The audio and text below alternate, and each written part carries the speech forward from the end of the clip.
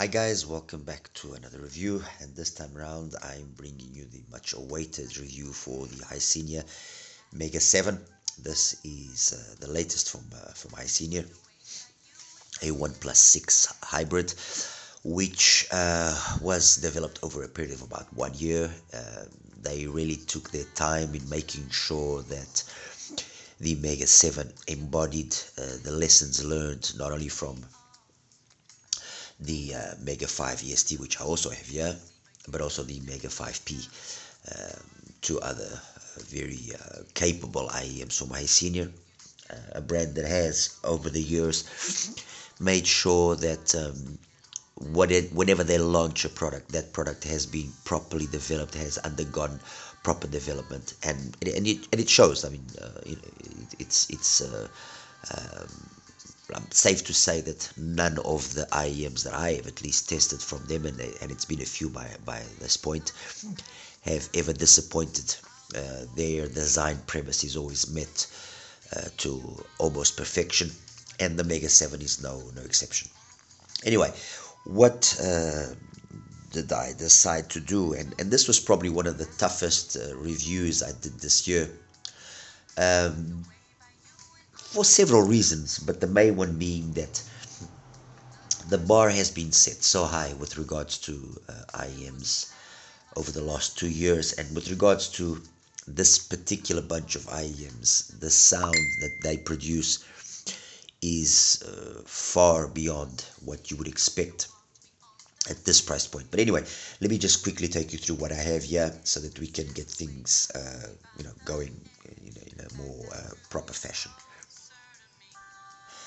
So in the top corner here, I've got the Manga T Pro. This is 2 plus 6, $359. Basically using two DDs, two 8mm DDs, and then 6 BAs from Knowles.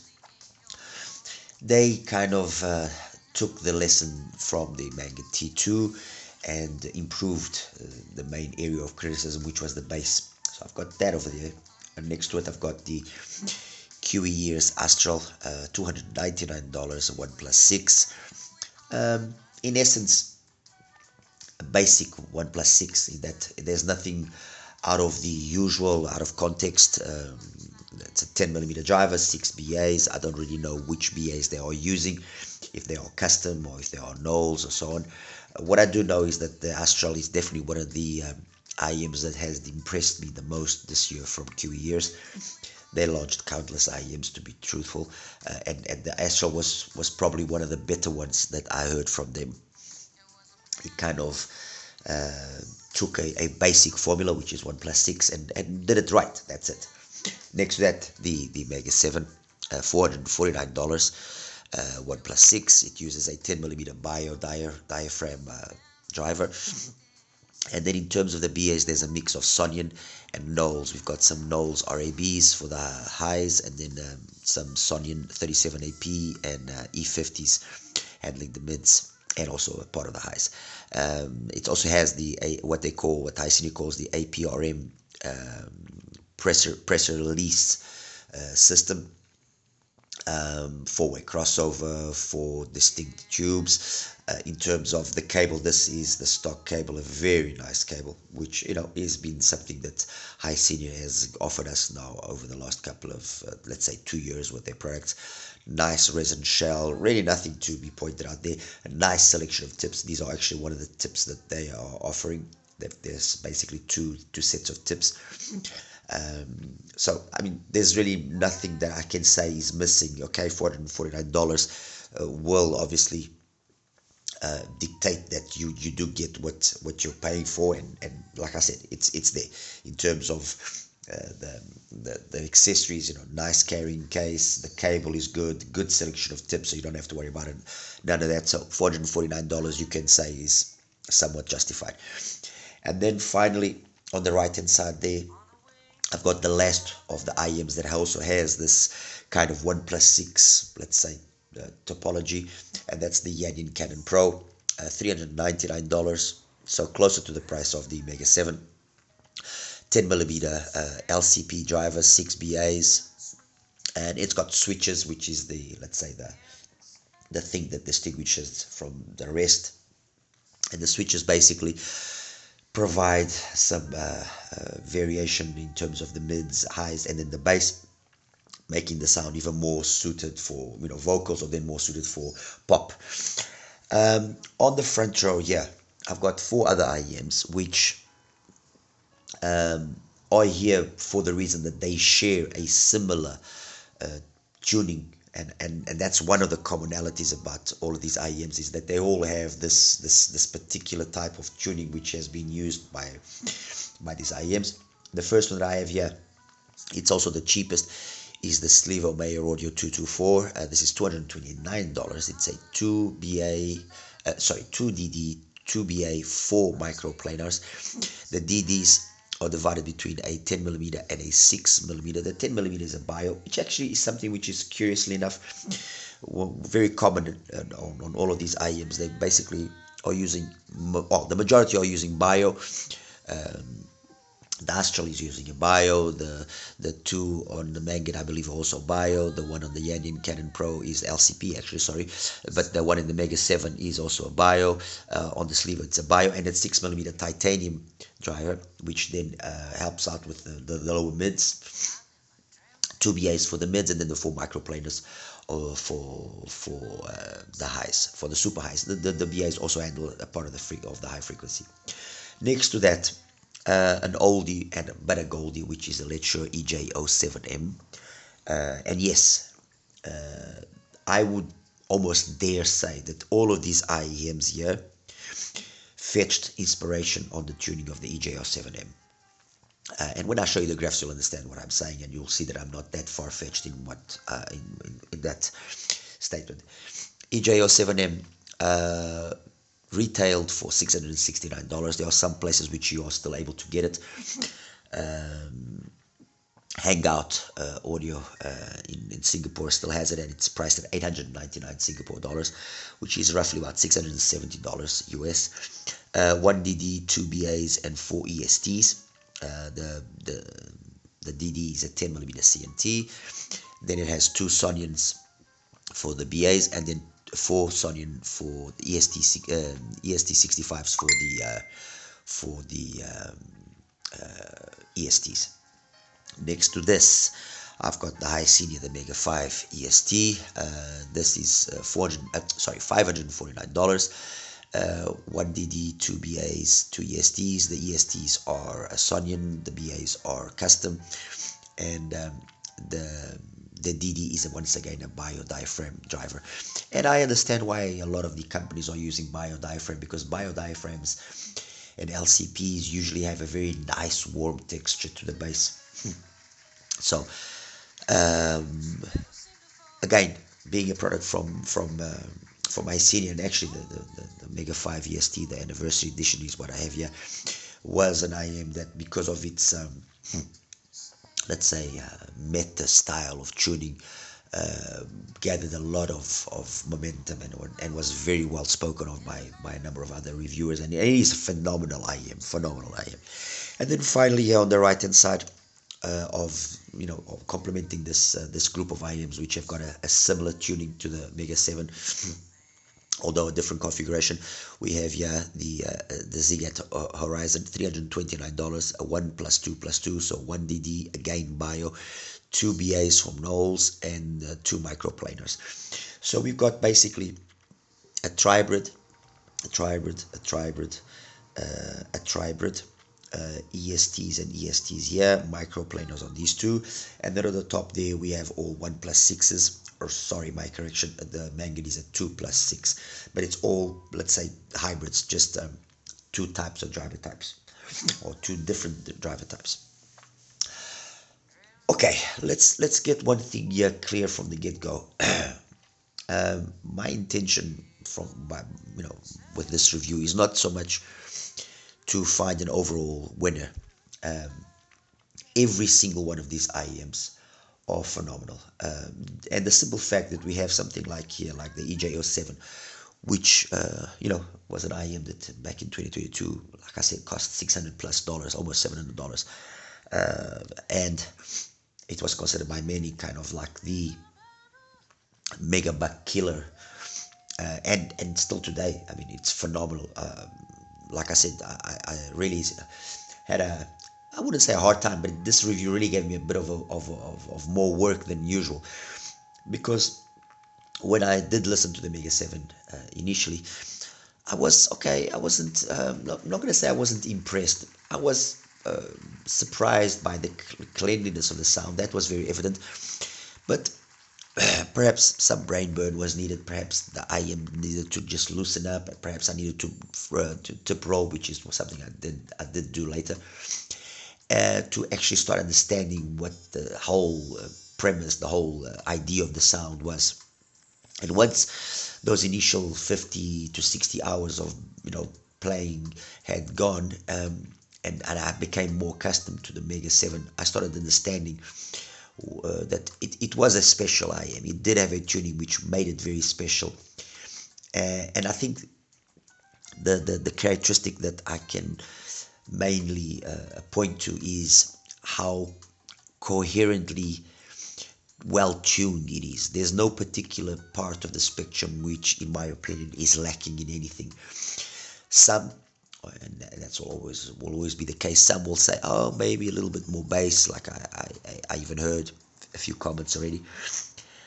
But that's the thing, if you want more bass, then you get a Mega 5 EST, because they in essence are very similar in the remainder of the frequency range, although this has ESTs to do the high frequencies, and that's just using BAs. But the implementation of the BAs on the Mega 7, I think it's probably one of the most impressive and most well done implementations I've ever seen. And the simple fact that it is capable and highly capable, I don't know if it's probably the right word, but the simple fact that I am comparing it to the EJ07, which is such a high level IEM with such a reputation behind it, I think is enough for you for you guys to understand that this is a seriously well tuned IEM. That's the reality. This and I did do a few other comparisons with more expensive IEMs that I have. And let me tell you something, this thing, to say that it's capable of playing around with IEMs costing over $1,000, I think it's not an overstatement, or it's not exaggerating in any way. But anyway, that's something that I will leave for later. If you guys want me to make want me to make a review comparing it with more expensive IEMs, as long as I have it, I'll gladly do so. Or actually, I'll make even a post saying which IEMs I did compare it with, and you guys then decide if you want me to do a review about that or not. But anyway, as I was saying, the Mega 7, once that initial first stage was over and done with, immediately made it clear to me that it was a phenomenally well-tuned IEM, and I have no hesitation in saying it's one of my favorite IEMs I did listen to this year. End of story. In the review series that I'm now currently working on, which is my favorite IEMs of this year, I can jump the gun and say already that the Mega 7 is part of that group of hybrid IEMs that did truly impress me. Anyway, let's continue here. Every one of them, like I said, is very well tuned. Every one of them has got a very similar tuning. When I show you the graphs, you'll understand. Obviously, having said that, there are IEMs here that will, with such a serious, with such serious contenders here, there are IEMs here that you will say, okay, it's not fair to compare, or they just don't then meet the level of the better ones. And one of those IEMs, and by no means am I wanting to detract anything, but the Sliver, the 224, I mean, when you consider it's a $229, $230 IEM, which is basically half the price of the Mega 7, a third of the price of the EJ07, the fact that it's here is a testament to how good it is. Okay, but yes, on its own, and if you cannot afford to maybe go a little bit more, in price, it is an incredible IEM. It is incredible. The bass, the performance of the bass, the clarity, the way that they've integrated again all of these different drivers, the 10, the 6, the 2 BAs, the 4 microplaners. everything is really, really well done. I think the two things here that make it fall behind the top players here in this are the fact that although it's got 4 microplanars, in an attempt to tame the high frequency and not let those microplanars be overly, let's say, present, which, for example, in the case of the CK2V, which is also from Meyer Audio, that is noticeable. They've tamed down, I think, perhaps a little bit too much the microplanars. This is my personal opinion. Might not be the same for others, but when I listen to it and I then start jumping around here and start seeing what the others are capable of, the microplanars here are perhaps a little bit too pulled down. They could have been a little bit more, and I don't think in any way it would have hindered the sound or made it, not as capable as it is. On the other hand, that does make it a safe IEM to listen to. It's very non-fatiguing. It is an IEM which is not going to be problematic, I think, for the majority of people, and introduces this style of tuning where we basically have a very sub-bass dominant type of doing the bass, which is basically flat by 150 hertz. And then they all have the spinner gain that starts about 1K and peaks at around 2.8 to 3 kilohertz. The vocals are always very clear, very detailed. That's a characteristic that is again seen across the board on all of these IEMs. But like I said, the main thing that you take away from listening to the Slevo and then comparing it with the others is that it's just not as polished, just not as elegant. Obviously, if you can't afford any one of the others that is more expensive, then this is an easy way to have an IEM which is in essence tuned along the lines of what the EJ07M is, although it doesn't do it as perfectly as the EJ07. That's the reality. And this is a testament to how things have improved over the last couple of years. This style of tuning that you have here on EJ07M, it was a tuning that was reserved for the more high quality products, which is the case of the EJ. And to now see an IEM which is the case here of the Slevo, fair enough. Obviously, not using the same level of quality of drivers as the ones that has been used here in the EJ. The EJ is using all Sonian stuff. These are definitely not going to be Sonians. It is impressive nonetheless, and a testament that when there's a desire to properly make a product, you can use, let's say, less quality parts, but still get a sound which is still going to be very polished.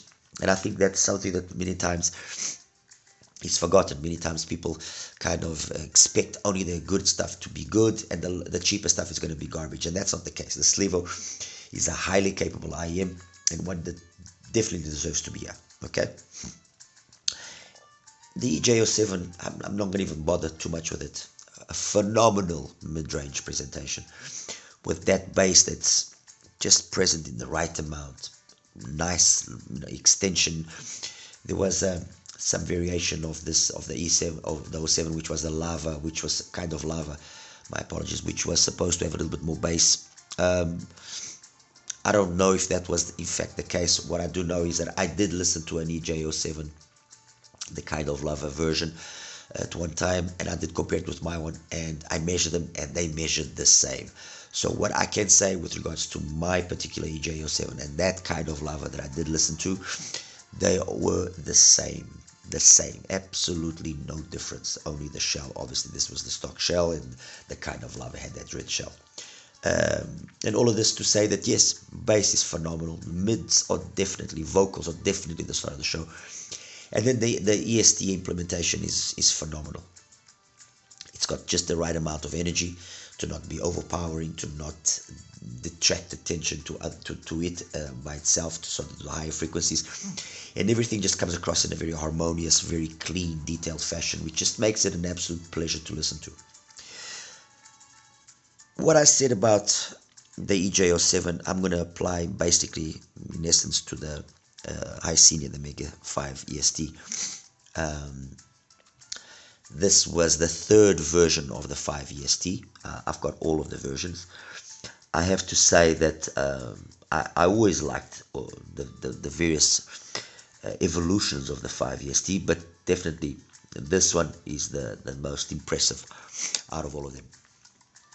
The first one was also pretty good. It kind of reminded me a bit of the Mega, of the EJ07M. The second one was a little bit too held back in terms of the upper mids and treble, and then this third one was the perfect kind of balance.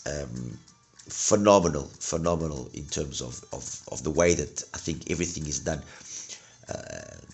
The bass is in the right quantity, the mids are in the right quantity.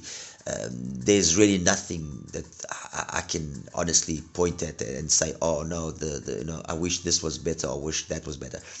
And it's curious because when it did come out and once the reviews were made, you did get some people that did say that it's a little bit too laid back, too soft. And no, I personally don't think so. But this is a hobby where it's your ears that ultimately will dictate what you're listening to and how things are perceived by you. And I think, in my opinion, is that the Mega 5 EST, this third variation of it, the anniversary edition, which is what I've got here, is one of the most solid IEMs that Hisenior has made, without a doubt. It's as simple as that. Again, the way that the drivers have been coherently matched, the EST implementation, phenomenal. Nothing is overly done. It's clean, it's detailed. Micro details are phenomenal. Vocals, it's really, really very, very well done. And then on this right side here, the Ziget, the Horizon. Probably, and I don't want to, what I'm going to say, I don't want to say it lightly, but it's probably the best Ziget IEM to date. The Luna is also pretty impressive, I have to say, and there's a few others which are also pretty good as well. That's the reality. But I think the Horizon and the Crescent are the two IEMs that impressed me the most from Ziget this year. But the Horizon, I think they really went to town here. They really, really did their best to make sure that, although not using hardware which is out of the normal. I mean, we like I said, we basically have a bio diaphragm driver, the dynamic driver. We have some nulls and some custom microplanars, which and that's where, for example, what I was saying earlier about the 224, the Slivo. This has got 2, this has got 4. The microplanars, yeah, I don't know if they are the same as the ones that are here, but one thing is for sure, they are better tuned here than what they are here in the Slivo. They are still non-aggressive. There's no excess of high frequencies. They don't jump out. They scale perfectly, and they've got just that extra amount of detail, which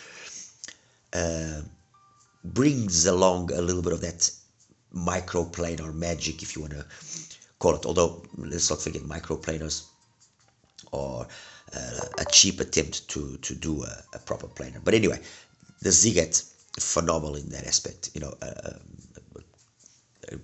An impressive bass. That's the one of the things that I think straight away jumps to your ears when you first listen to it. The bass is very, very well done, and then the way that everything, like I said, is just the integration between the bass into the mids, the rise of the pin again, where that 100 hertz point corresponds to in the mids, and how then everything just flows from there onward. It is an absolute pleasure to listen to, and without a doubt, one of the IEMs in this whole group that does make itself just jump out a little bit more, in my opinion. As for the top row, which is the ones that ultimately will be the most fair to compare with the MEGA7, Um, Manga T Pro. It's one of those IEMs that there's really nothing you can point at it. Maybe here and there you could say that the bass could have been a little bit quicker. Maybe here and there you could say that maybe in terms of the extension up top there could be a little bit more extension. But the reality is it plays really, really well. There's nothing that I can point to it as being a negative characteristic. The way that the mids have been the way that the BAs have been implemented, especially the higher frequencies, has been spot on. They made sure that they didn't shout. There's no sibilance. There's no aggressiveness, and everything just flows beautifully. And it's an absolute pleasure to listen to. And mind you, I'm a big fan of the Mega T2, and this is without a doubt a better IEM, and the T2 is one of those IEMs that will forever be a landmark IEM. It's an IEM that was very popular in its day, loved I think by the majority of people, an improvement over the original T, which was maybe just a little bit too soft. But to take that to be able to take that formula which set the bar so high and improve upon it, it's a testament that Manga did take their time to make sure that what they did here was done properly. Astral from QE years, it's one of those IEMs that are, like I said earlier, a simple formula, nothing too over the top, 1+6, and everything just works beautifully. Clean, detailed bass, mids, everything is really, really, really well done. Again, it's an IEM that if you listen to it alone, or maybe listen to it with lesser IEMs, you will see it shine, you will see it come out really on top. But when you then start listening to it and you compare it to something like the Canon Pro, or you compare it to the MEGA7 now here, you then see where it kind of fails, and it fails in not being as polished in the way that the upper mids and treble are portrayed. It's not in the bass that there's an issue. The bass is really well done. It's a bio diaphragm. We also have a bio in the MEGA7, like I mentioned, and we have an LCP here. So the DDs, they all have a similarity in the way that they do things, but the mids and the way that the mids come across, that's where this just falls behind ever so slightly from those two there. The other difference that I did find between the Astral and the Mega and the Canon Pro is the fact that it's been tuned with a little bit more bass, and in that aspect it actually reminds me a little bit more of the bass here of the 5EST. It's not that it darkens up the sound, by no means, but that extra bass to a certain extent does make up for polishing up the mids, upper mids and treble, and camouflage to a certain degree, maybe some possible aggressiveness or lack of polish that might occur. But at the same time, it just, like I said, when you compare the three, when you go back and forth between the three of them, you understand why these two, although maybe having ever so slightly less bass, just come across in a more mature, more elegant way of doing their tuning. Canon Pro, it's one of those IEMs that it gave me a little bit of work because of tips, and I really had to. Probably the only one that came close to this one was actually also the Mega, because I tried a whole bunch of different tips, from obviously the original ones to Divinus Velvet, the KB07s, the BGPP white bores. I mean, I forget. I must have tried maybe some 10 different tips. TRI Clarions, Soft Ears, the U tips. I tried a whole bunch of them, and ultimately it was actually the stock tips that worked the best. It was all down to a depth of insertion, which is something that I will talk to about in a second. But the Canon Pro, like I was saying, was a little bit of a headache, because I went through a whole bunch of tips to it, and again, these two IEMs I believe firmly benefit from the deepest insertion possible that you can give them. The deeper the insertion, I think the more they shine. The Astral Canon, um, contrary to the other two, it's got a little bit of bump in the 1 to 2 kilohertz area. Well, I'll show it to you in a second. But again, it's been so well put together. They've chosen the parts so well that it just shines. It just really performs really well. And funny enough, I actually prefer it with all the switches up. I find with the switches down, that balance is lost somehow. And with the switches up, it's just got the right amount of bass that's perfectly matched within the mids, the upper mids and treble. Really, really good.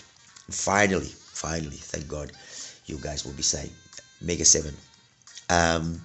Like I was saying to earlier, the mid-range, the vocals, the instruments in that mid part of the frequency range, absolutely incredible. I don't want to talk too much about the more expensive IEMs that I compare the two, and I want to keep things to this one, these ones here. But comparing it here to, for example, the EST,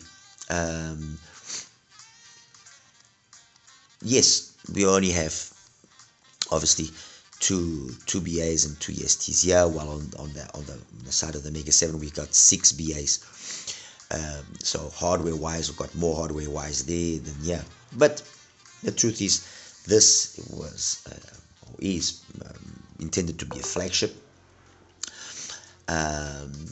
And so the parts that I've chosen have been carefully chosen, and it shows, because the tuning is really, really good.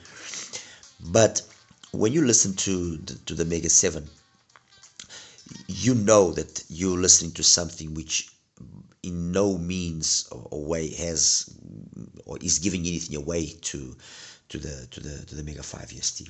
The mid-range on the MEGA7 is absolutely incredible. The clarity of the vocals, the detail that you get from instruments, guitar plucks, saxophones, cymbals, absolutely mind-boggling how good they are. And it's actually curious, because you guys will say, oh, but what I'm about to say, you guys might say, oh, but that's impossible. Guys, I don't know what it is, but the moment I started getting more acquainted with the sound of the MEGA7, I said to myself, and I hadn't actually checked before I just listened to it, like I said, for those 50-60 hours. I said to myself, this thing has got to have some Sonians there somehow. And yes, it does. And I think that's the secret. Sonians, the BAs have a particular sound. The Knowles have a particular sound. When you're using cheaper BAs, E-Audio or something like that, they also have a particular sound. The same thing goes for dynamic drivers, LCP diaphragms, bio diaphragms, CNT diaphragms, DLC, titanium. They all have a particular sound, and the mid-range quality that is coming from MEGA7, I think it's not that you can't obtain it from Knowles. I guess with a little bit more work you can, but Knowles seem to be usually more rough around the edges, and that's where you notice how good. You notice the mids on the EJ, the mids here on the 5 EST, and the mids on the MEGA7. They all have a specific timbre, a specific tonality to them, which is testament to the fact that they've used Sonian here. It's difficult to, honestly, it's difficult to explain. But I think that's a characteristic there that is noticeable, especially when you go back and forth between the three of them. You start picking up on that. The other thing that that's absolutely has to be applauded here on the MEGA7 is it's going up against two IEMs here which have got ESTs, and ESTs are kind of like the let's say the objective when you're looking at the more well executed or the more expensive IEMs. Oh no, once you have ESTs, it's like you've hit the jackpot. And the fact that the BAs here have been so well put together, so well tuned, and you know, the year and a half roughly of development is a testament to that. That they actually are keeping up with two IEMs that are using ESTs is a true testament that whatever mojo they used here on the MEGA7, it hit the nail on the head perfectly. It is absolutely incredible. Like I said, I've probably never heard an all BA IEM sound as good as this, and that says a lot, because if you guys know, I'm a big fan, for example, of the RSV. This has better BA implementation, better BA sound than, for example, an RSV. This has better BA implementation, better BA sound than, for example, the our audio Neon Pro, which some of you might know, an incredible IM, which I it's they compared it to the likes of the Anoli VX. So that is a testament to how well things have been put together here. Okay, that's the level of quality that they've implemented here in the Hisenior, the MEGA7, when it comes to making those BA sound absolutely out of this world. So mids, start of the show, definitely. Highs, again, on par, I would say, with the mid-range. The bass, in my opinion, for me, for my personal taste, for the genre, the various genres that I like listening to, it's perfect. It's got just enough energy to keep up with the mids, the highs, and to give those songs, those music styles that I like listening to, the desired energy. So for me to say, yeah, no, oh no, but that I have to agree with what certain people were saying about the bass. No, I can't agree. I can't agree, because when I listen to something like Elephant by Carol Dubach, and the bass has got the right slam, the right impact, or when I listen to From Dusk to Dawn from George Duke, which again has the right impact, right, you know, and it's giving those songs the desired energy that it should be giving. Or when I then go to something totally different and I listen to, for example, Soon You'll Be Gone by Tin Liquor, which is a EDM song, and it again does that song perfectly. Or I listen to let's see, Hit the Ground by Texture, again beautifully. I mean, the bass quantity on the MEGA7 is spot on, in my opinion. The idea, I think, from the MEGA7, at least that's the idea I get, that Hisenior wanted to make an IEM that was high-end, top-of-the-line, flagship, $2,000 plus level of sound. I really would like to be able to get myself some of the better IEMs from Theo Audio and perhaps a few other brands, you know, which you are or have products which are centered around that $1,000 to $1,400, and be able to compare them with the MEGA7. And now I'm going to be doing my very best. But what I can say is that I did compare this, for example, with the Kinero Audio, the Loki. That's $3,000 of IEM there. And let me tell you something.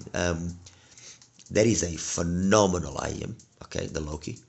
And this was able to keep up with the Loki and surpass the Loki in more occasions than what I would expect. Okay, and we're talking $449 versus $3,000. When I compared it, for example, to its cheaper brother from Kinero, the Verdandi, that difference became even less. You know, the way that the the MEGA7 was able to keep up with an IEM, which is a tribrid, you know, has also been phenomenally well built, phenomenally well tuned, is again testament that whatever Hisenior did here in the MEGA7 was done, whatever was done here, they've done it properly. They've really done it properly, and you know, I think to be I don't want to say, I think I've really come across as I'm shilling it. No, this is a very good IEM. End of story. How does it stand then compared to these? Well, I think I've already said very much what I thought. It keeps up and it stands heads and toes next to the EJ07M. It's in my opinion even probably more balanced and a more satisfying IEM than the Mega 5 EST. The Mega 5 EST, and when I show you the graph, only on occasions here and there did it have a little bit more of bass, but in terms of overall engagement, clarity, I was getting the same and even more from the Mega 7 with a $100 price difference. So I think that's saying good things about it. As compared to the others here, I think the ones that truly stand out are the Ziget, the Horizon, the Canon Pro. Okay, and so I would say these two, then the Astral and the Manga, and then lastly the Sliver, the 224. So I don't want to say that this comes out on top 100%, but when I consider everything, when I take into account the sound that I'm getting, when I take account the build quality, the accessories, and the price, I think that $449 to the Zigets, Horizons 329, there's about $120 price difference here. I think there's enough that could justify, if you haven't got either, if you're choosing one, to maybe pend more towards the Mega 7. However, having said that, if you do own the Horizon, I'm not going to tell you no, you sell it and go get the Mega 7 because you're going to get a substantial upgrade. No, you're going to get a slight side grade with just a different way of doing things. Okay, the same thing goes here for the Canon, although I think the Ziget is probably a more interesting IEM to buy than the Canon. Okay, it's probably just a little bit more interesting to buy because the price versus the Canon, which is $399, this makes more sense, to be honest. Okay, as compared to the Manga T Pro, really good, but it just lacks a little bit of the same detail that we get here. The Astral, phenomenal, clean, detailed, but it's just not as polished as what the Mega 7 is. And the Sliver just is not on the same level of quality overall. And that's it, guys. I think I've been very explanatory. I think I've laid things out in a very clear manner. I apologize for such a long review, but I think it was needed to give a proper explanation and to portray 100% in the best possible manner what the Mega 7 is about. Okay. Anyway, let me just quickly show you the graphs and we'll wrap it up. Okay, so let's talk graphs now, and let me see here. Where's the graph for the Mega 7P? Mega 7P 21 exactly. Here's the graph for the Mega 7P. Channel balance between left and right is absolutely spotless. They are exactly the same. There's just a little bit of a difference here, but otherwise channel matching is incredible. As you can see, sub-bass focus, it's flat by 150 hertz roughly, okay, and then it carries itself over. There's a slight little dip here before rising, getting into the pin again. It's got that little dent here, very meta style, and when I put the Mega 5 EST, you'll see what I mean, and then peaks at about 2.8 kilohertz and then starts dropping off. Nice extension past 10K. The 100 hertz point there corresponds to roughly 2 kilohertz, which is the ideal in my opinion. Always above that. If it's below, then we have to look at how the bass is done versus the amount of energy that we have there. Nice amount of sub-bass energy, which easily keeps up with the high frequency that we have, the upper mids and treble.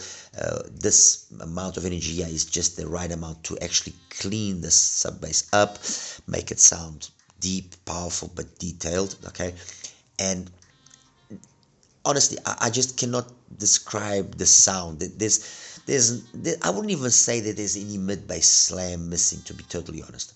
Compared with Mega 5 EST, I think the graph is self-explanatory. I don't think I have to spend minutes or hours or whatever explaining. We have just a little bit of extra energy there, which gives it a little bit more mid-bass slam, and then the rest, although done in two totally different manners, 6 BAs versus 2 BAs and 2 ESTs, it's tuned in the same manner. It's got that same dip there in the rise of the pin again. They peak at about the same frequency, they drop off in the same way. Incredible amount of detail up top, incredible. Okay, now the other IEM which I mentioned, and which I think is the, let's say the design idea I think was taken from this IEM, which is the EJ07. Okay, let me actually just take away that's the EJ07, my EJ07M, sub-bass focus. It flattens up a little bit closer to 200 Hz versus 150. Pin again peaks at about 2.7, 2.8 kilohertz and then drops off. Good extension past 10K. The energy that we have here matches the energy that we have here in the upper bass and lower mids. Okay, what can be said? 100 Hz point corresponds close to 2 kilohertz, but the amount of energy that we have here is more than enough to compensate whatever energy that we have there. So the matching is done perfectly. And when you compare it to the MEGA7, and actually let me just put the MEGA7 in black so that it stands out more. Okay, you can see exactly what I'm talking about. They are basically, you know what, let me make the, let's show in red so that there's a bigger contrast. Guys, to say that they sound similar is not me in any way saying or talking nonsense. It isn't. They sound almost identical. These two and the Mega 5 EST Anniversary Edition, what is it, number 22 exactly. These three IEMs, they sound almost identical. Seriously, I'll be hard pressed to find anyone that can really tell me that they can notice a big difference here. I really couldn't. I'll be honest. I really genuinely could not find the difference there, especially between the EJ07M and the Mega 7. I couldn't. It's unbelievably similar. Okay. Anyway, that's those two. Let me see. Yeah. So I've shown you. Okay. Actually, you know what? Let me start from the beginning. I think that's what I should have done. So this first one here is number 18. Okay, this is the Sleevo. Very similar in the way that the bass is done up to about 1 kilohertz, and then the Sleevo just gets a little bit more energy there. And it's just that this area is just not as well polished. It's just not as well mannered. Yes, we have a good you know, that 100 hertz to 2 kilohertz, nice, but we have quite a bit of energy there. But it doesn't translate into that amount of energy. To be honest, it just doesn't sound as detailed as it should sound. I think if it had a little bit more detail, I think it would have been better. Okay, but anyway, that's the sleeve of the 224, and by no means am I knocking the 224. I'm just giving you a fair comparison. This one now is the QES, the Astral, and as you can see again, very similar, especially between 200 hertz, and the difference mainly is where they tuck in. The Mega 7 tucks in at about 150. The Astral tucks in at about 200 hertz, so we have that little extra mid bass slam here. But then the way that from 200 to let's say, I would say 4 kilohertz, it's done. It's almost identical. A little bit of a dip there on the Astral, good extension of band past 10K. Really, really good IEM. Nothing can be said there. Just I think where it loses, it's not as polished, and the bass, although more prominent in certain songs, it just doesn't have the same cleanliness of the bass of the Mega 7. But again, guys, always keep in mind, these are not huge, you know, mind-boggling, life-changing differences. They are noticeable. You can perceive them, but you know, if you have look, let me put it to you this way: if you have Astral, sell it and get the Mega 7. And only if you sell it well, honestly, because you will have an upgrade to the Mega 7. I'm not going to deny it, but it's not going to be an upgrade which you can say, oh, it's worthwhile me losing money on on the Astral, and you know, still putting an extra maybe $200 on top to go and fetch the MEGA7. No, I don't think it's $150 price difference to start with. If you're going to sell it used, you're going to lose money. So easily you'll have to put another $200. $200 is Slivo SL224 territory, if you understand what I'm saying. But anyway, that's that. Number 20 is the Zigat Horizon. Okay, again, almost identical in the way that they are tuned. Very, very similar. The same sort of bass, tucks in about the same place, same pin again, picks the same area. I mean, again, the resemblance in terms of sound and how they are is really, really, really uncanny. This, the EJ07M and the Mega 5 EST definitely are the ones that sound the most similar. And then yes, you will ultimately pick up on differences here and there, but they really, really sound very, very close. Obviously, the Horizon has got the advantage of being $120 cheaper, but I still feel, honestly, I still genuinely feel that there is enough in the Mega 7 that would justify, if you are looking to buy an IEM with this style of tuning, for it to justify the Mega 7 over the Horizon. If on the other hand you already have a Horizon, then you know you're fine. You don't worry about it.